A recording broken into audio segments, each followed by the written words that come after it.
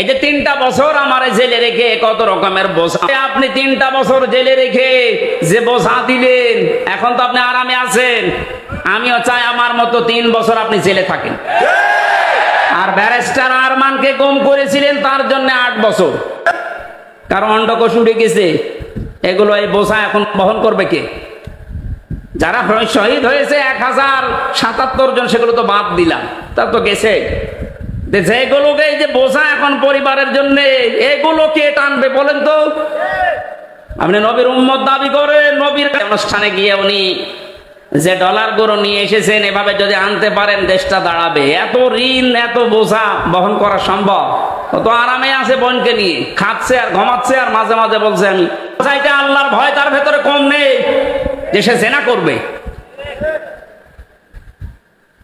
আপনার নিজের সারা জীবন একটু মিলান তো, জেনায় ভরপুর। আপনার হাতের জেনা, মুখের জেনা, চোখের জেনা, বাকি জেনার নাম নাই বললাম। আর আলেমদের উপরে এটা চাপিয়ে তার পোশাক খুলে নিয়ে মানুষের কাছে প্রমাণ করতে চেয়েছে যে চরিত্র ভালো না। কোরআনের পাখি বিশ্বনন্দিত মুফাসসিরকেও তারা নাম দিয়েছে দেশে। যার পোশাক নেই তাকে ঢেকে দেওয়ার জন্য চেষ্টা চালাচ্ছে। যার অঙ্গহানি, তার বাড়িতে গিয়ে হাসপাতালে যে খোঁজ নিচ্ছে, তে মানুষগুলোর চরিত্র তো রসুলের সাথে মিলে যাচ্ছে। কথা বলেন।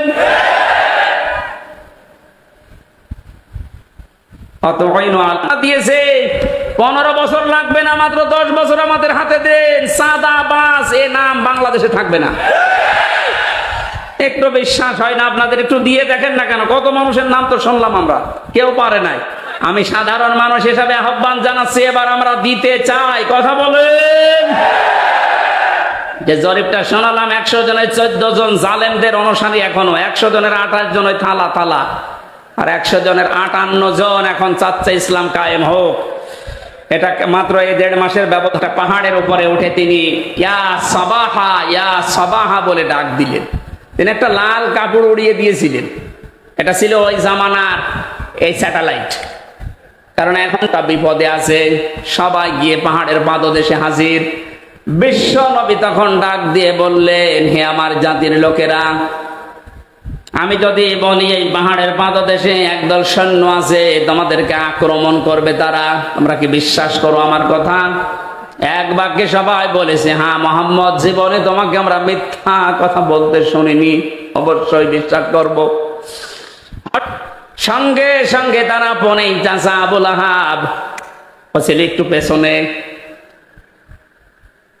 নিজে মাটির উপর থেকে একটা পাথর তুলে নিয়ে আল্লাহর নবীর দিকে নিক্ষেপ করেছে আর বলেছে, তাব্বালাকা লিহাদা জামাতানা ইয়া মুহাম্মদ, হে মুহাম্মদ তুই ধ্বংস হয়ে যা, এই জন্য আমাদেরকে তুই একত্রিত করলি। ধরে বলেন নাউজুবিল্লাহ। আল্লাহ রাব্বুল আলামিন সহ্য না করে সঙ্গে সঙ্গে তার নামে আয়াত নাজিল করেছেন, তাব্বাত ইয়াদা আবি লাহাবিন ওয়া তাব।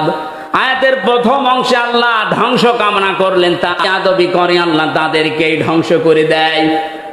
আজ ফ্রান্স থেকে শুরু করে বাংলাদেশে অনেকে নবীজিকে নিয়ে কটূক্তি করছে। স্পষ্ট ভাষায় বলতে চাই, এদেশে কিন্তু নবীর উম্মত 96%।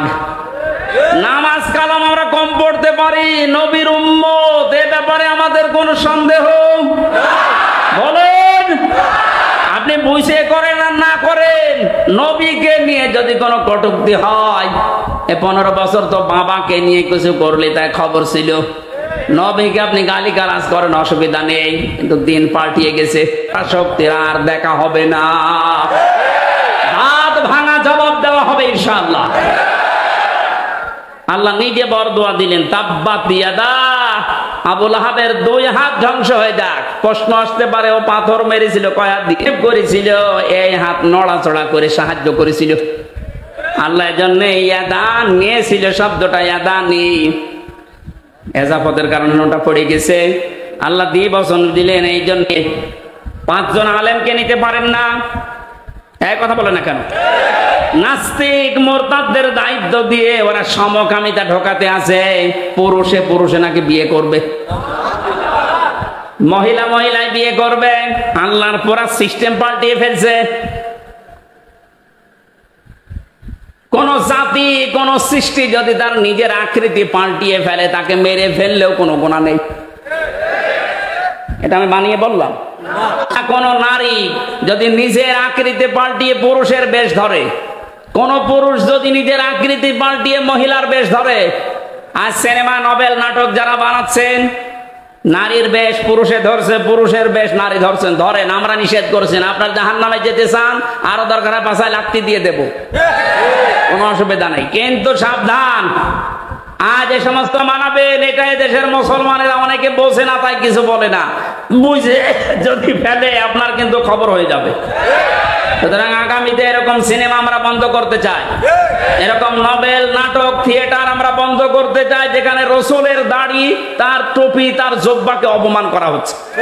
এগুলো দিয়ে একটা বেপরদা মহিলার সাথে প্রেম প্রীতি করবে, আর ওগুলো হযরতে হাফসাকে ডাক দিয়ে মন মতো দেখলেন। হযরতে হাফসা বলেন, হে রাসূল, আপনি তো মসজিদে যাচ্ছিলেন, হঠাৎ এসে আমাকে দেখা আরম্ভ করলেন। নবীজি বললেন, দেখো, মসজিদে যাওয়ার সময় একটা বেপরদা মহিলা আমার সামনে পড়েছিল, আমি তাড়াতাড়ি এসে ওকে না দেখে তোমাকে দেখলাম, কারণ ওকে দেখলে আমার কবিরা গুনাহ হবে, তোমাকে দেখলে আমার সওয়াব হবে। যে নবীর চরিত্র এত পুত পবিত্র, তার টুপিকে, তার দাড়িকে আপনি এই নিলয় আলমগীর নাকি এক শয়তান আছে এর মুখে লাগিয়ে প্রেম প্রীতি শেখাচ্ছে। কথা বলে না কেন? যারা এগুলো করছেন এর পেছনে যারা বাম হাতের মতো নাড়াচাড়া দিচ্ছেন, আমরা কিন্তু তাদের চিনি। পাঠ্যপুস্তকে যারা ৯৬% মুসলমানের দেশে উল্টাপাল্টা জিনিস লাগাচ্ছেন, এই দুইজন নাস্তিকের কাজ না, এর পেছনে অনেক রাঘব বল মনে হয় হাতে, এই বাম হাতের মতো নাড়াচাড়া দিচ্ছে। যারা দিচ্ছেন সাবধান, আল্লাহ যদি ধরে এই হাত শুধু না, এই হাত ধ্বংস করে দেবে এবং ধ্বংস হবে নতাব্বা। আবুল আহাব যেমন নিজে ধ্বংস হয়েছিল, আজ যারা ইসলামের বিরুদ্ধে, নবীর বিরুদ্ধে ডান হাত ব্যবহার করছেন, বাম হাত দিয়ে অনেকে পেছন দরজা দিয়ে নাড়াচাড়া দিচ্ছেন, আপনি ধ্বংস হবেন, মাস্ট বি ধ্বংস। জালেমদের কোনো ক্ষমা নেই। যাদের মেকি দাড়ি ছিল, দাড়ি কেটেছে, দাড়ি কাটা মানে রসুলের গলায় ছুরি লাগানো। এই শয়তান বলে মাঝে মাঝে হজে যায়। কিসের হজে যায়? আমি যাই কয়েকবার হজে গেছি, শুনলাম এখানে আসবে দরবেশ, কোন তারা, কাবা শরীফের পাশে যে টাওয়ারটা, ওই টাওয়ারে থাকে, সব সময় আল্লাহর ঘর দেখে। আবুল আহাব তো করেছে, তার স্ত্রী পর্যন্ত নবীকে কষ্ট দিয়েছিল। নিজের সন্তানকে, দুইটা সন্তানকে নবীর দুই মেয়ের সাথে বিয়ে দিয়েছে। আল্লাহর নবীর মেয়ে হযরতে উম্মে মহিলা নিজে তার ছেলে দুইটাকে ডাক দিয়ে বলেছে, দেখো, মুহাম্মদ আমাদের নামে কবিতা বানিয়েছে, গালিগালাজ করে। জোরে বলেন নাউজুবিল্লাহ। কোরআনের আয়াতগুলো কি কবিতা? আরো জোরে বলেন। নিজের ছেলেকে ডাক দিয়ে বলছে, এই মুহূর্তে মুহাম্মদের দুইটা মেয়ে তার মুখের উপরে তালাক দিয়ে তো বেশি কন্দন করেছিলেন। ছেলে দুইটা তার মায়ের কথা শুনে তার স্বামীকে দিয়ে এই কাজ করিয়ে দুইটা মেয়েকে তালাক দিয়ে নবীজির বাড়িতে ফেলে দিয়ে আসলেন। নবীজি ডাক দিয়ে বললেন, আল্লাহ পাক, তুমি দুইটা কুকুর পাঠাও এই দুইজন মানুষের জন্য।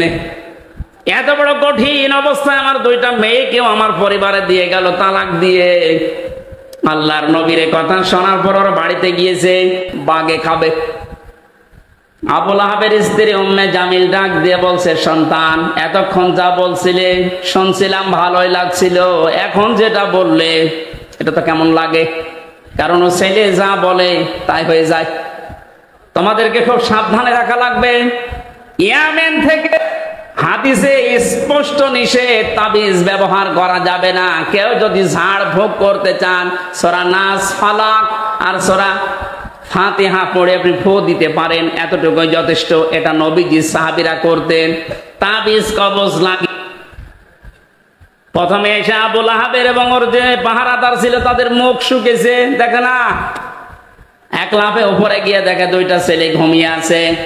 বুক চিরে রক্ত পান করে যখন বেরিয়ে যাচ্ছে, আবুল আহাব তখন তাকিয়ে দেখছে যে যা, সব শেষ।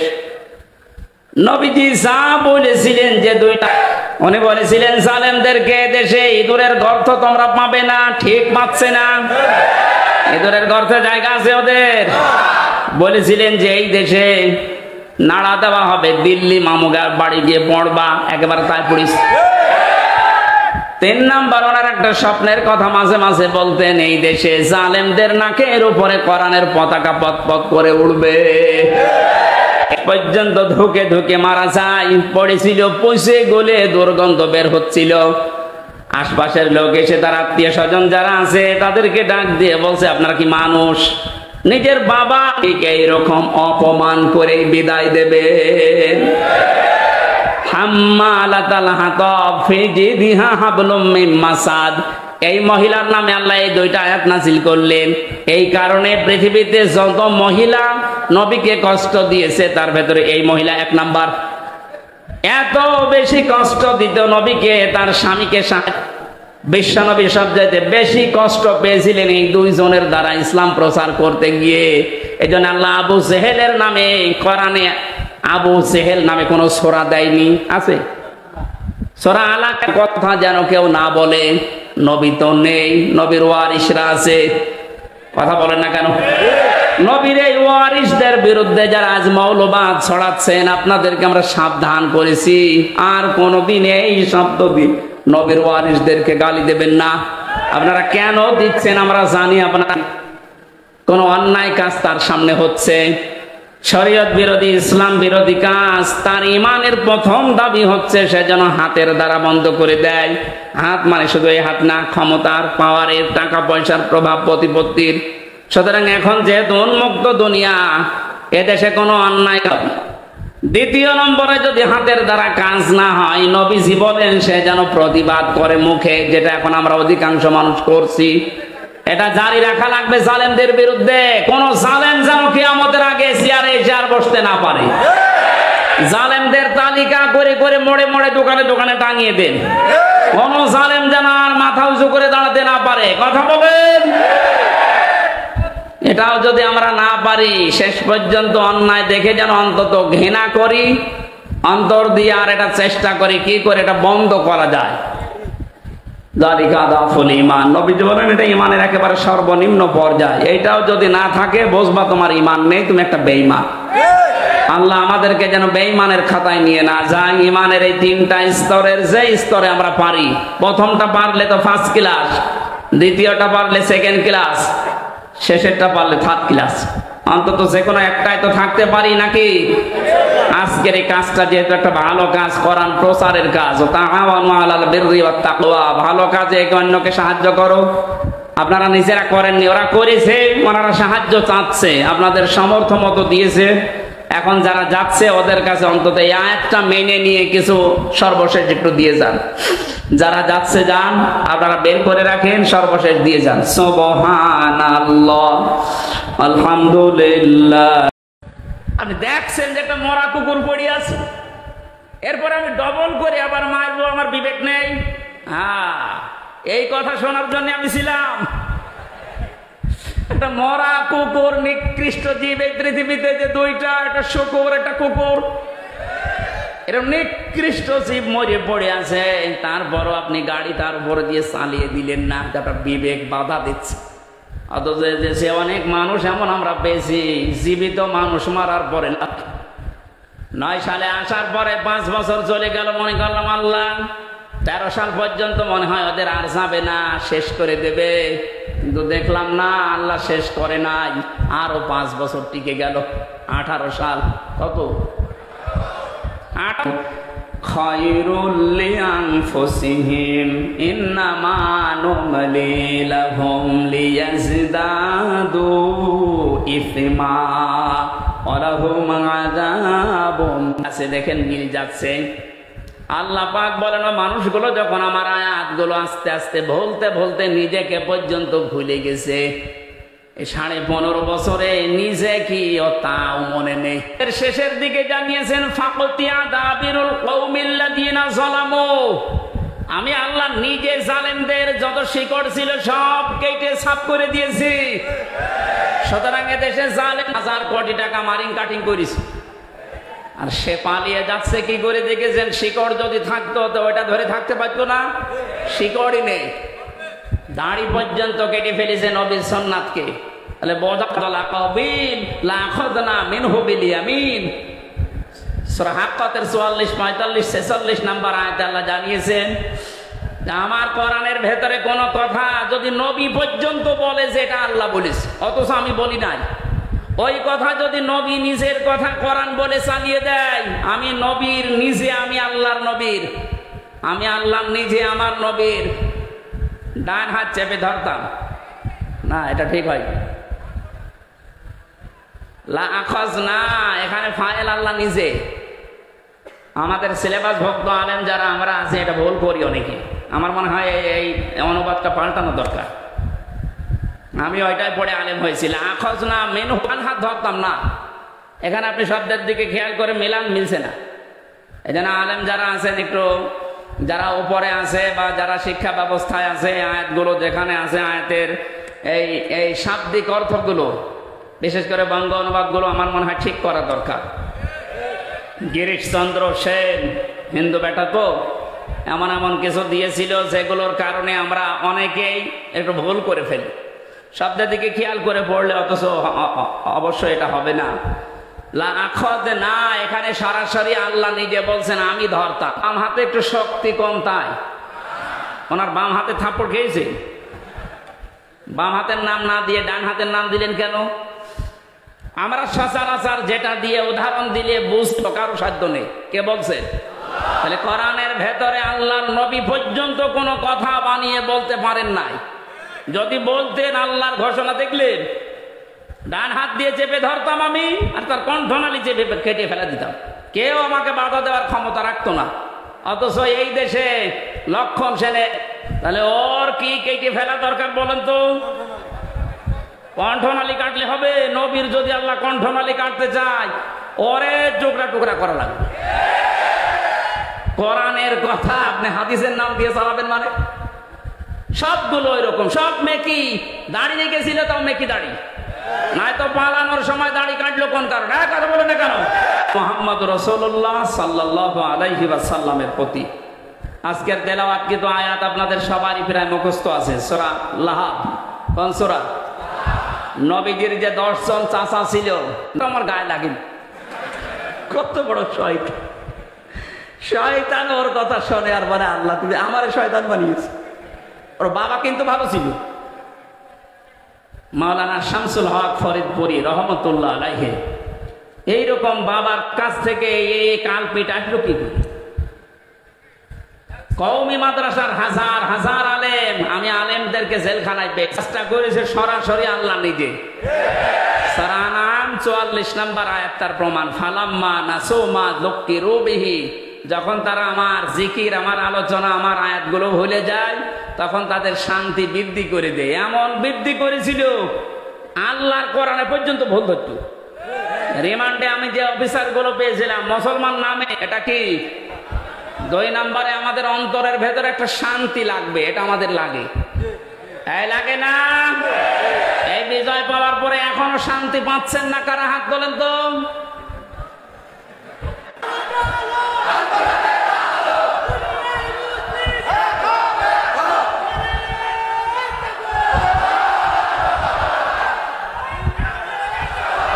আলহামদুলিল্লাহ। আমরা নিয়ামত শুকরিয়া আদায় কিভাবে করে? আয়াতটা পাবেন সূরা ইব্রাহিমের 7 নম্বর আয়াতে। প্রত্যেকে আল্লাহর জান্নাতি, সন্দেহ আছে আমাদের? না, প্রত্যেকটা সাহাবী জান্নাতি। এই যে যার নাম বললাম, নবীর চাচা আব্বাস, উনি অনেক আগে মুসলমান হয়েছিলেন কিন্তু প্রকাশ করেননি।